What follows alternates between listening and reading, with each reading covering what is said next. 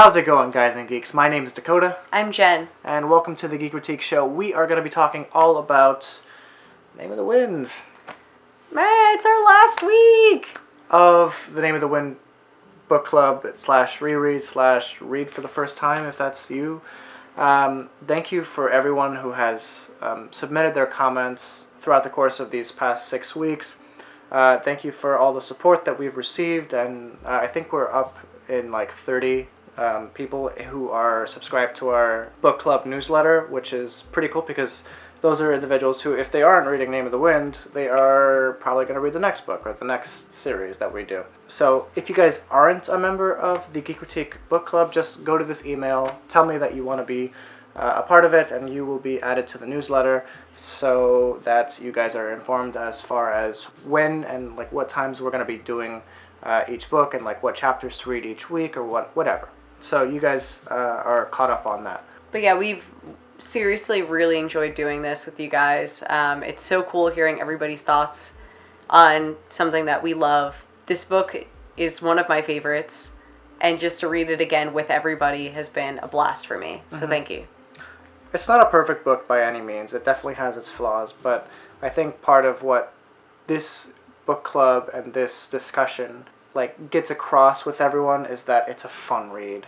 It's and it's cool to read things that are geeky and that are fun and bond over that with other people that you don't necessarily know in real life. And even like some of you guys have commented really cool stuff that we didn't realize about the book or contributed to our knowledge, and it's really awesome. Yeah, so this being the last week, it's going to be more of a review of the entire book, more so than a look back at the past few chapters, though we will talk a little bit about that as time goes on. Oh, I want to make a quick shout out to Graf Fuller for sharing a video of Patrick Rothfuss, the author of the book, and his son looking at a statue of Cinder, one of the 7 Chandrian. And it's such a cute video. I'll play a little bit. Yeah, we literally just watched it. It was so cute. We'll play a little bit right here so that you guys can get a look at what Rothfuss depicts when he sees Chandrian. Because we had a little piece on that in last week's episode. You want to see what's over here? What's that? What's that? Guy. Oh, it's a guy. What do you think about that? Guy.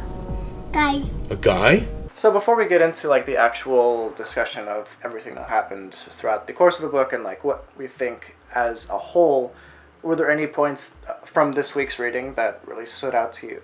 Yeah, I mean, oh my gosh. I feel like so much happened in these last couple of weeks that it's difficult for me to even figure out where to start. The first thing, because that's the last thing that happened, was when Coat and Chronicler and Bast and the people, you know, the regulars at the Waystone Inn end up fighting that guy. I don't know what to call him. Yeah, we don't really know anything about it. We don't really know what he is. Some people think it's a demon, some people think it's a dinner eater. Others, like Bast, say... Well, Coat confirmed that it's not a demon. He said that. Yeah. So is that what a Shambleman is? I don't really know. But that scene was really crazy.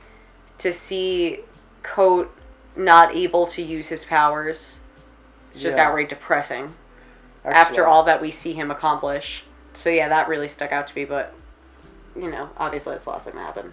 Yeah. Spencer, you brought up an you actually were talking about that in your review of the book club this week. You said, I'm just going to skip to the end because that's the most interesting thing that happened this week. Kavoth's sympathy doesn't work anymore, or at least it doesn't work reliably anymore. I don't remember if he used it when he fought the Scrael with Chronicler at the beginning of the book. No. We don't know that he did or didn't, but probably not if he used the iron bars. I found that to be a very interesting take of progressing the character, the contrast of what we currently see him as, a reserved and rather unremarkable innkeeper as opposed to what he has been telling us about his life. It also makes you call into question the validity of his story. He just told us he killed a dragon with his magic, and that he was able to say the name of the wind in his anger. But when he tries to light a bottle of alcohol on fire, he fails. Curious to see where that goes. And that's something we should talk a little bit about why do you think he wasn't able to use his sympathy in that moment? I don't really know. The first thing that I think of is that, see, this is my hang up. I thought that he wasn't using any of his abilities or anything like that because he changed his name to Coat, which means disaster. So I assumed that he had, because of his quick instincts, he acted way too quickly and used his powers in a wrong way and regretted it, so he's abstaining. I completely forgot that he tried to and failed. So I'm kind of flabbergasted and like, why, what, when, where, and how. Yeah, and you touched on something. He changed his name to Coat, which last week we kind of assumed that meant disaster because that's what it means in like Sailfish. Mm-hmm. So it's interesting. While he no longer considers himself Kvothe, he can also not do the things that Kvothe was able to do, if that story is even true to begin with. So it'll be interesting to see where that goes. Yeah, and I think too, what comes to mind is that his conversation with Master Elodin, where Master Elodin stresses the importance of names. And a theory of mine, we don't know what Elodin says to Kvothe when he, whispers in his ear after he's kind of like gone comatose. But it almost makes me wonder if Master Elodin knows Kvothe's true name and called that to quiet the storm within him. Or knows the name of his sleeping mind. Right. Another thing that's interesting to me is that Elodin mentions when we sleep, all of the secrets that we have within us are revealed to us. The way that we cultivate our abilities further and grow in naming is to learn to slowly awaken your sleeping mind. So far, every night in the story, Coat has not been able to sleep. To me, that correlation seems very clear. When you're sleeping, your powers are, I don't know what word to use or how to put it, but the link between sleep and powers is there. And in a couple of songs, we've heard accounts and stories where people can't sleep. Lanray was not able to sleep, and that was something that was mentioned in a few stories. And even in one of the songs that we heard, it mentioned sleep again. So I think the sleeping and powers and abilities are directly linked. Even in like the second week of our book club, we found out about like the doors of the mind, and sleeping is one of the first ones. Yeah. It's important. You also bring up about Bast and how you don't know how you should feel about him. He worries you. We already knew from earlier that he wasn't exactly what he appears to be, and then his little conversation with Chronicler confirms that and ultimately raises questions about what his true intentions are. He says he just wants his Reshi back. That might be a blatant lie, or it might just be the truth. But if so, why? Why is it so important to him that Kvothe returns to his former glory? Yeah, we don't know what Bast's deal is. He's as mysterious to you guys who are reading this for the first time as it is for us who've read everything in the series so far. I understand that Denna's flightiness is part of her character, but if she's going to keep flirting with Kvothe this much, she should just do something about it. I ship it almost too much. Me too. Yeah, they do have a lot of chemistry. I just Dakota doesn't like her. I think she's bad for him. I don't think it's a good fit. I think she's too perfect for him, and that's what the problem is. Another thing is, again, in that conversation with Master Elodin and Kvothe, Master Elodin again brings up that there are 7 words to make a woman love you. Yeah. And that seems to be a secret that Denna also knows, and Denna also can't sleep. Just saying. Just saying. Ew, coincidence? I don't know. Pablo Shaler? I don't. Pablo. Shayer? I don't know. Name of the Wind review. I've read books with more satisfying plots. I've read books which were more epic in scope, but I've never read a work of fiction which felt more real. Then, on top of that, you get a great story, engrossing mysteries, earned triumphs, and all kinds of failures.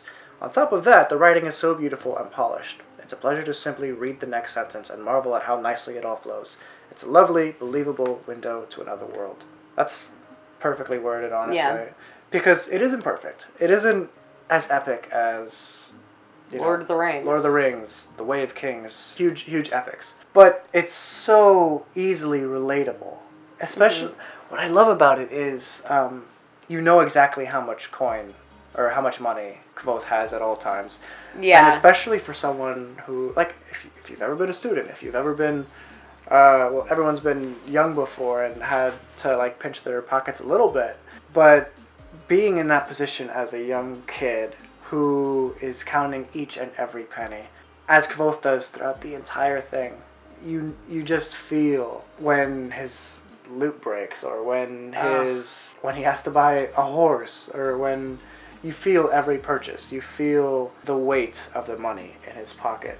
It's just such an easy way to get into the world, as far as like through the eyes of this kid who's broke, you know? That small attention to detail is so important in bringing you into the story, because when you think about like the world we live in, everything revolves around the way and means you obtain money and spend it, because that's how you live your life around it, basically. So yeah, I love that point. And that's such a great point, just because I've read a decent amount of fantasy novels, and you don't really see the characters, because there's so many epic problems going on. The smaller things aren't really focused on at all. And a lot of the times that's the stuff that we can relate to. So with Kvothe, so many of the things that he's gone through, I feel like a lot of us have been through before. Even just the dynamics of, you like someone that's your friend. What do I do? How do I figure this out? Yeah. You know, getting advice from your other friends. Stupid stuff that you say when you're drunk. Insults that you make to your friends that you didn't mean to, or you said a little harsher than you should. The dynamics of his relationship with Will and Sim, I love it. I think it's great. You know, how Savoy kind of gets ticked off, and then we don't see him that much more, you know, in the book. But it's not like a big deal. It's not like a big dramatic thing. It's just he wasn't crazy about that and is not hanging with them as much. You know, stuff like that I think it's really cool. Like, it's drama, but it's not like overplayed to the point that it's unrealistic. And it's drama from basically a high schooler's perspective. He's what, 14, 15 in this book, and what may seem like trivial problems to adults are big problems for kids. Or just because he has huge problems like the loss of his parents, like he's broke all the time.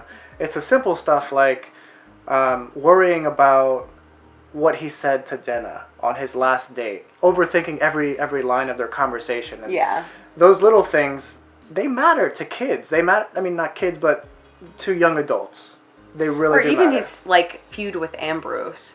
As an adult, that might have been let go. But because he's in high school, it's like, oh, no way. No way. It's on. Yeah. You know? Speaking of Ambrose, Dan, you mentioned... Dan! I enjoyed the book greatly, and thank you for sharing it with myself and others in the book club. A few observations. Well, you're welcome, Dan. I noticed a few themes in the book. The first and most prevalent was hubris. Kvothe deals with the hubris of Ambrose that stems from his belief that his social superiority as the son of a baron makes him the better of Kvothe, which causes all of their conflicts.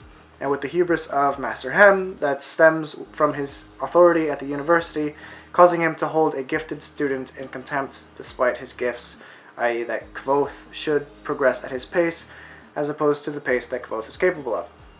Both suffer for that, but it is Kvothe's hubris that is most on display. He foolishly discounts both Ambrose's social stature and Hem's authority, causing him to be in constant danger of expulsion and even bodily harm. Yes. That's a good Very point. well said. Yeah, that's a good point. And it's a point I haven't really... You know, it's funny because you think of it on Hem's and Ambrose's part, but you don't think of it on Kvothe's part. But it's absolutely true. We did touch on that a little bit a few weeks ago when we were speaking of how his actions, while the writer rewards Kvothe with certain things, he takes away. He also takes away. Like when Kvothe gets something, he also gets punished. So it's not just like he gets. He also takes. He is relieved of things at the same time, especially when it comes to punishment because of his interactions with Ambrose and Master Hem. What I think is great, though, is his promotion to Raylar was completely unbeknownst to him. So far, everything, he kind of is a little bit conniving, where he will slowly plot everything and say things in a certain way. He knows what to say to each person to get what he wants, and he knows what people want to hear, and he acts very well. I liked that he became Raylar by accident. It's not everything is in your control, and sometimes, you know, you do just get what you deserve out of your own merit and not out of your plotting. Mm-hmm. You know, which I think is great. Kvothe is an exceptional person, to be sure, but he is like Bellerophon or Hercules. His own knowledge of his strength constantly undermines him. Yeah. The other thing I might notice in the book was perception being malleable. Many times people and things were noted by someone, Chronicler with Kvothe and Bast, Kvothe with the rest, as being suddenly perceived to be different from their first impression.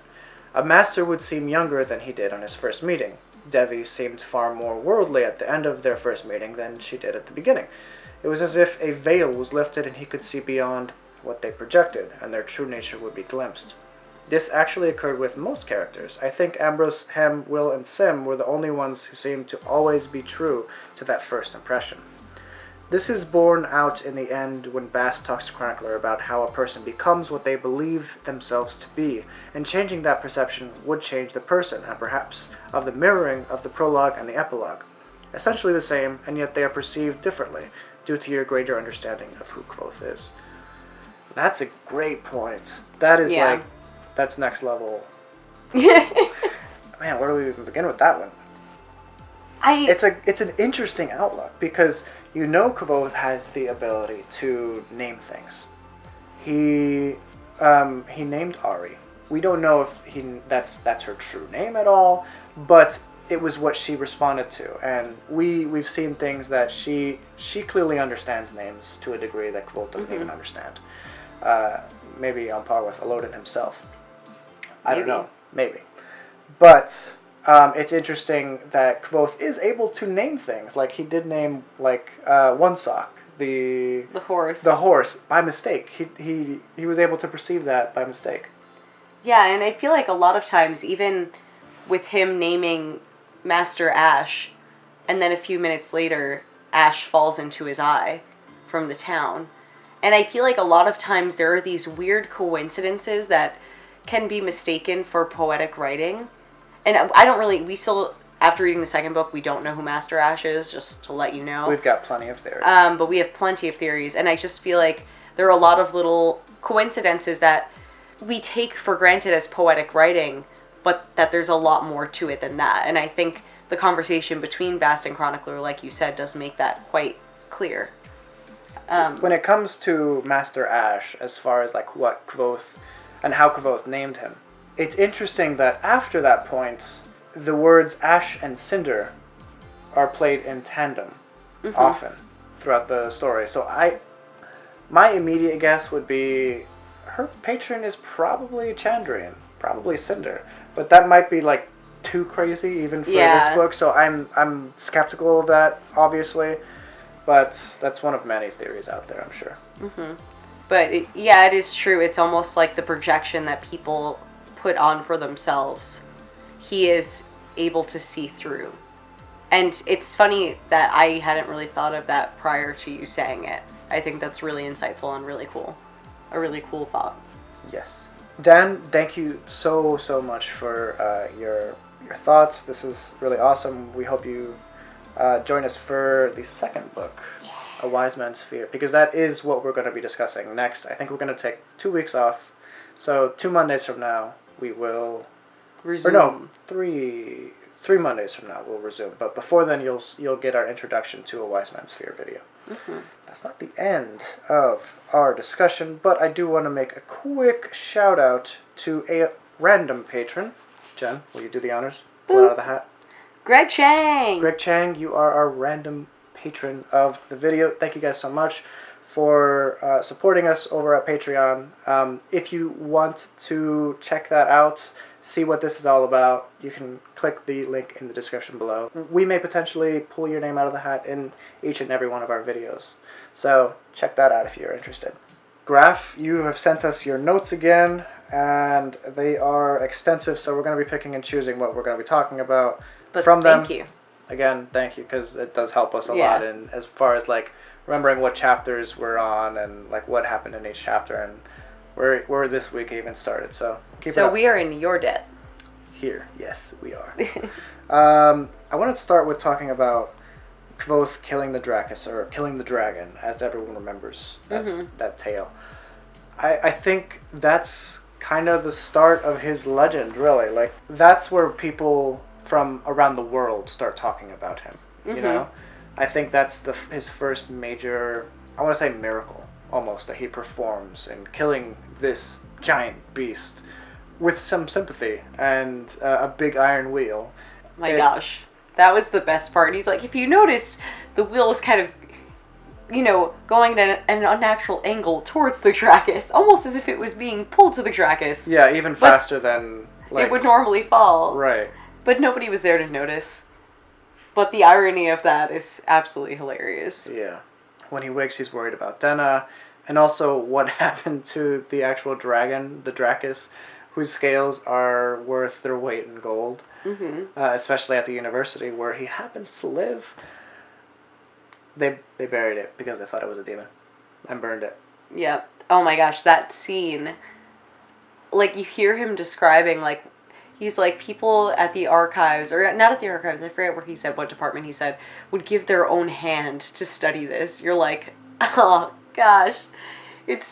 He's like, that's why everybody in the town was so exhausted, because they had all pitched their...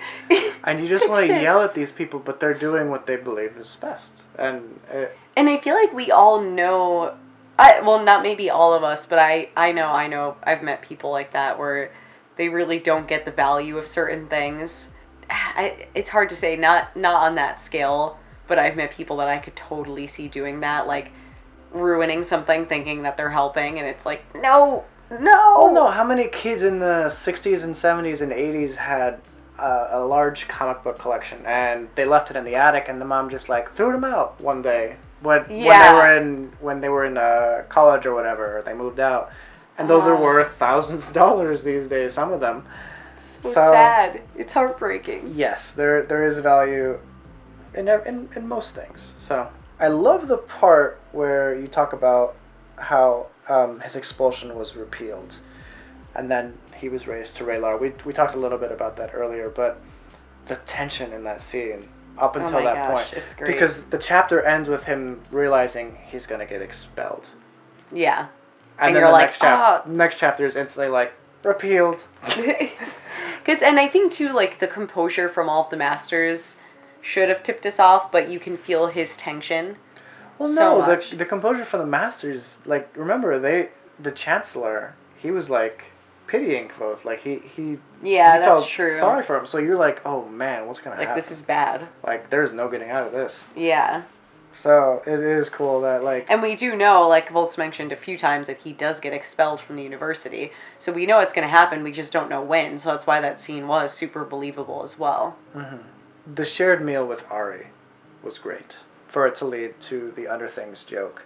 I got a kick out of that. He finally got to go down, down, down. The tipsy bees. The tipsy bees. Ari's the cutest thing ever. I absolutely adore her. Every time she comes up, I just smile. Because it's like a child in a grown woman's body.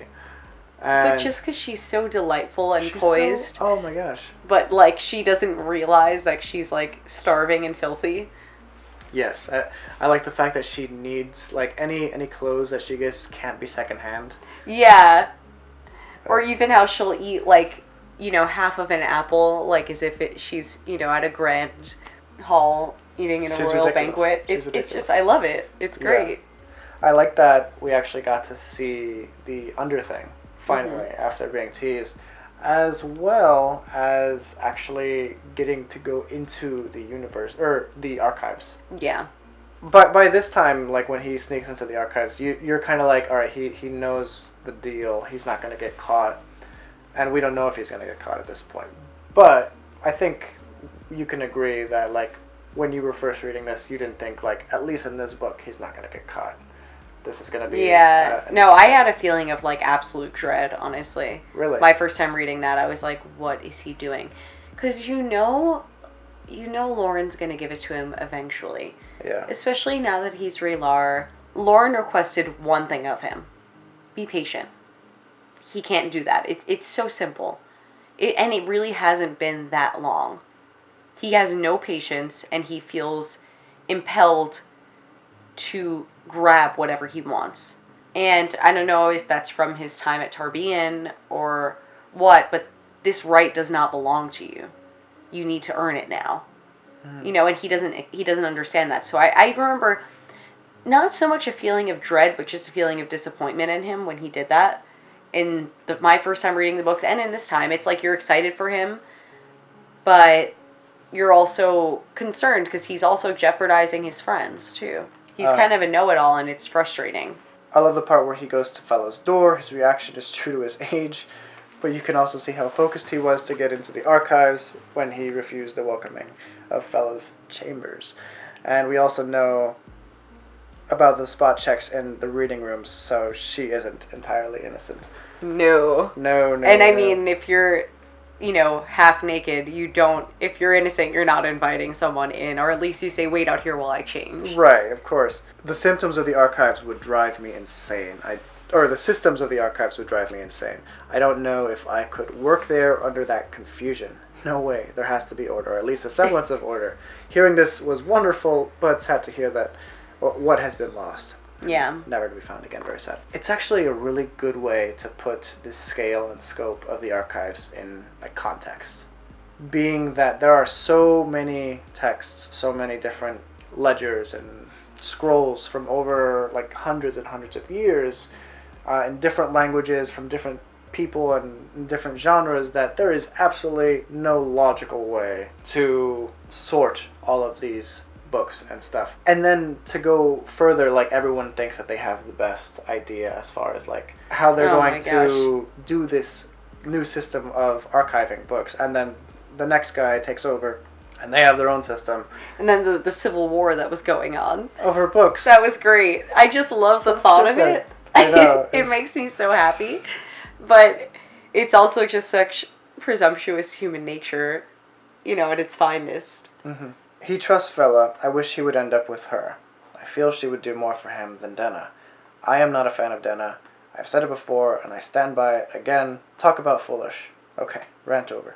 He's back at it again, chasing Denna in chapter 91. He says he is not like the other men that she has caught in her sights.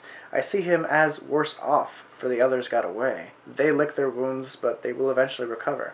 I am thinking Kvothe never will. And yet he's head over heels over this girl, and there is no other girl for him as of this stage in his life. Even the beautiful, intelligent Fella. Yeah, which I agree, Graf. I would totally go for Fella as opposed to Denna. I don't agree. I think Denna is everything that he wants in general. He needs a mystery. He's always trying to get the secret. He always wants what he can't have. And that's Denna. And I think he likes how crass Denna is. How she's not innocent. Even, when she was like, it's a goddamn dragon. And she was cursing, when she woke him, when he woke her up, she called him a whoremonger. And, just stuff like that I think he likes that he doesn't know everything about her, because he doesn't like answering everything about him either. He doesn't want to owe people any answers. So he needs someone very similar to him, and she is. They're equally difficult to find. She knows a lot of things, she's not letting on to.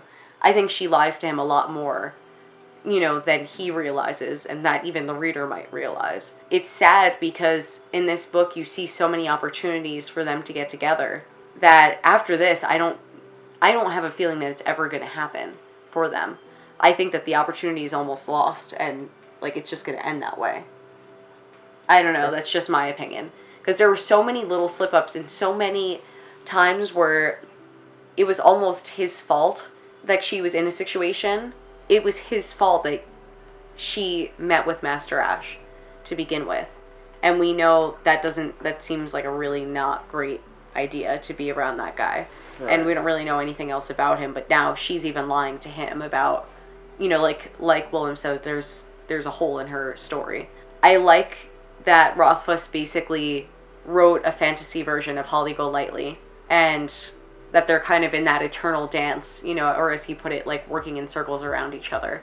I find that just a much more powerful relationship than the simple. Yeah, I think, maybe Fella would have been a more healthy relationship, but this one suits him so much more, to me. I agree with that, and to an extent I agree with that. I also want to make mention that Kvothe is a traveler at heart. He was born a Dimaru, and I think he is intrigued by someone like Denna who's constantly traveling from place to place. I think that piques his interest in ways that he doesn't even realize. Yeah. It's almost like she's too perfect for him, and they would cause a crazy amount of trouble if they actually were together. And, admitted that to each other. And it's sad seeing that they're both You think they'd be too like a proud or too scared. Yeah, I don't know what they would be. It would be insane if they were together. They would just go, I feel like they're both liars, they're both highly mischievous. I feel like it would be literally insane if they ever got together, so it's almost like this dynamic of their relationship is all that the world can handle. But I did love their conversation at the end, and their dialogues are just so great. Like, they just get each other so quickly. Where she says that's not the way that she wanted the story to end, and he says, oh, well, the classic slays the dragon, loses the girl, and all of that. I thought it was great. The inner story about that Bast tells Chronicler gives good context for why things happen in this book and what to expect in the next two. I was shocked at Bast's revelations. Also, about how the tales of iron were fabrications. Who is safe from Bast and his kind? What is it with the color of blue? Which is actually what I want to talk about. Blue eyes, blue fire from the Chandran, blue fire from the Drakus after eating the dinner. Master Loading yelling, blue, blue, blue, in a maniacal manner. Tell me what blue is. Do you know? Are you asking me? I don't know. I don't know. Denna's ring is also blue. There is a lot of blue. I hadn't really thought about it. Yeah. But there is like a crap load of blue. I guess we'll have to... I feel like that's something I'm going to try to be more aware of in the next book. But speaking of that scene where Bast changes his eye color, I forget who it was that said it, but in our first week's reading, they brought up that Kvothe's eye color changes. And I always just kind of thought that was like more of a facade. Like it looked like his eye color changed, but then Denna brought that up when they were on their travels together, that they genuinely do change. And it's funny that the only other person that we see who have color changing eyes is Faye. Yeah. So that's weird to me. Does that mean that Kvothe is part Fae, perhaps? Because he's able to change his appearance in subtle ways like that? Or not so subtle, I guess? Does that mean that he maybe picks up some Fae abilities from his time with Bast? We don't really know. Let me say this, though. I love this book, but more importantly, I love it so much more because of this book club. Thank you. I was able to take the time to actually read it instead of rush to get to the end. I am not a fast reader, but I am a voracious reader. I consume things. This was a fine meal that I was able to enjoy by taking notes and actually thinking of what I thought about what I read, instead of inhaling the text and burping. I have enjoyed it like a fine wine. I owe that to Dakota and Jen. I am in your debt. Thank you. Honestly, we're in your debt because of all the seriously. times you shared your notes with us. So you're totally you were welcome, a huge help. and thank you, guys. This has been awesome. This has been more than a success. While these videos aren't by far, they're not like our most viewed videos at all, but they bring us a lot of joy. Yeah, the fact that we get the interaction of you guys wanting to join us for them, that's awesome. And the idea that in the future when we review or we start new books, entirely new stories and stuff, where people can jump into the book club, that's going to be really exciting as well. We also hope that this is a solid recap of the book, and a good place for people who are interested in reading the book to like start looking for other stuff like this. So if you know anyone who's just starting to read this book, send them our way, send them to the introduction video so that they can follow along with us, because that's really awesome. And we have loved the fact that this was our first book, and this was, a good journey into the world, and perhaps a good guide to you guys. I don't know. Maybe. Did you have fun doing this, Jen? I loved it. Yeah. I think, like Dakota said, it's not like our most popular videos, but it is so cool getting to like just be a part of the community more, talk to you guys more about something that we're really passionate about reading. That's something that's always been a big part of mine and Dakota's relationship. We always read books together, so to get to kind of like branch out and see everybody else's thoughts, I feel like this is one of my favorite books, but I feel like I understand it so much more, getting all of these different perspectives. So I'm really excited to go through a book that I've never read before with you guys, so I can look really foolish when I'm wrong, and we can all like joke around about stuff that, you know, what we think is going to happen, as opposed to me being like, oh, well, I can't really say that yet, or stuff like that. But I've loved it. I think it's great. I love all of you guys. I think you're super cool, really fun, great time, and I'm looking forward to much more of these in the future. Especially as we begin A Wise Man's Fear in a few weeks, because that is just going to... I think that's honestly on par with the quality of this book. Most sequels aren't capable of doing that. Some sequels transcend that, in the case of like Empire Strikes Back, but this book is on par with Name of the Wind, so I'm really excited to get into it with you guys, and thank you so much for watching this, guys. Yeah, seriously, thank you guys. You're all awesome. We'll be getting in touch with you as far as when we're going to be starting A Wise Man's Fear very shortly. Honestly, we can't thank you guys enough. We keep thanking you, but really, we mean it. Thank you. You're far too kind. All right, guys, have a good one. Bye.